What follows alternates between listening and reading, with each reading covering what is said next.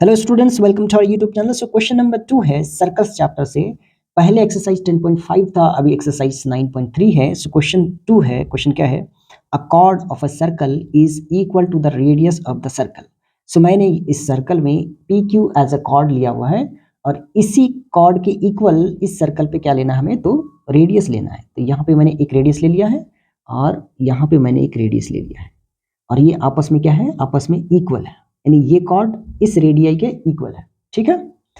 Find the angle subtended by the chord at a point on the minor arc. तो एक तो हमें angle निकालना है माइनर आर्क पे and also at a point on the major arc. तो हमें दो एंगल निकालना है, एक है माइनर आर्क पे और एक है मेजर आर्क पे।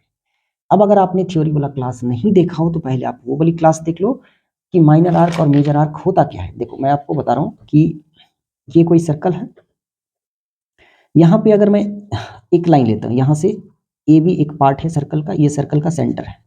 तो ये वाला छोटा जो पार्ट होगा इसको बोलते हैं आर्क, और इसको कैसा आर्क बोलेंगे? तो माइनर आर्क, छोटा आर्क।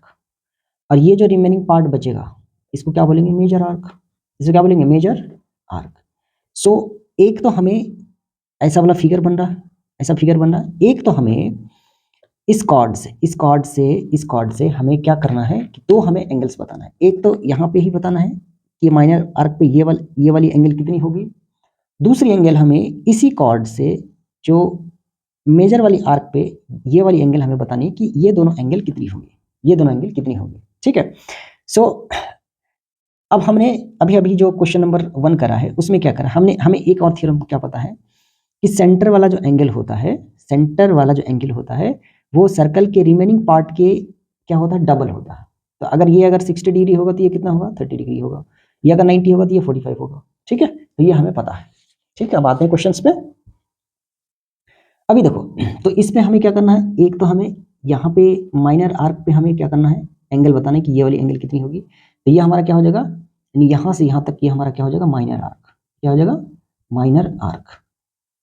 और इधर वाली पार्ट यहाँ से यहाँ तक ये क्या हो जाएगा? ये हो जाएगा मेजर आर्क। ये हो जाएगा मेजर आर्क। ठीक है, तो मेजर आर्क पे हमें ये भी एंगल बताना है कि ये वाली एंगल कितनी होगी, ये वाली एंगल कितनी होगी। तो हमें ये वाली एंगल बतानी है और ये वाली एंगल बतानी है। ठीक, अब हमें ये भी पता है कि देखो ये वाला पार्ट ये तीनों आपस में इक्वल है और ये एक ट्राइंगल फॉर्म कर रहा है। तो इसका मतलब है कि ऐसा कौन सा ट्राइंगल है जिसका तीनों साइड्स इक्वल होता है? वो है इक्विलैटरल ट्राइंगल्स। और इक्विलैटरल ट्राइंगल्स का हमें पता है कि ईच एंगल कितना होता है? 60 डिग्री। ठीक है, सो हम लोग गिवन में क्या लिख सकते हैं कि P Q equal to O P equal to O Q, तीनों इक्वल्स है। So O P Q will be formed is formed and an equilateral equilateral triangle. So ये क्या हो रहा है? एक equilateral triangle formed हो रहा है। अगर ये equilateral triangle form होगा, so we know that each angle of equilateral triangle are 60 degree, and we also know that in an equilateral triangle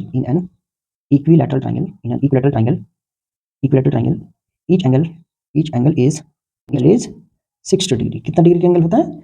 60 degree का एंगल होता है। इसका मतलब है ये भी 60 डिग्री होगा, ये भी 60 और ये भी 60। तो हमें सेंटर वाले एंगल से मतलब है, तो ये अगर 60 डिग्री है। ठीक, अभी देखो, अब अगर ये वाली एंगल 60 डिग्री है तो रिमेनिंग पार्ट वाली एंगल ये है, ये क्या हो जाएगी? इसकी आधी हो जाएगी, यानी हाफ हो जाएगी। तो मैं यहाँ से क्या लिख सकता हूँ कि angle P O Q, now angle POQ equal to twice of angle PAQ। अब यहाँ पे रीजन सेम देंगे कि angle subtended bye an arc at the centre is double the angle subtended bye it at any point the remaining part of the circle.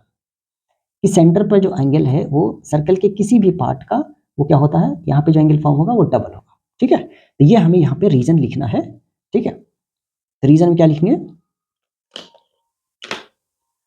Angle, ये मैंने theorem लिख दिया है, ये इसका बेसिक थ्योरम है। Angle subtended bye an arc at the centre is double the angle subtended bye it at any point on the remaining part of the circle. ठीक है, तो ये आपको लिखना है, ये थ्योरम 10.8 है। ठीक है, सो यहाँ से मैं अगर इसको सॉल्व करूँ तो एंगल पी ओ क्यू कितना है? 60 degree equal to twice of angle P A Q implies angle P A Q equal to कितना हो जाएगा 60 डिग्री बाई 2, ये कितना हो जाएगा 30 डिग्री। तो यहाँ पे हमें क्या मिल गया 30 डिग्री। अब ये जो 30 डिग्री मिला यानी एंगल पी ए क्यू जो मिला ये कहाँ पे मिला पी ए क्यू, तो ये हो गया मेजर आर्क वाली एंगल, ये हमें मिला मेजर आर्क वाली एंगल हमें मिल गया है। ठीक है, अब अगर मैं माइनर आर्क की बात करूं मैं इसी में बता देता हूँ रफ में।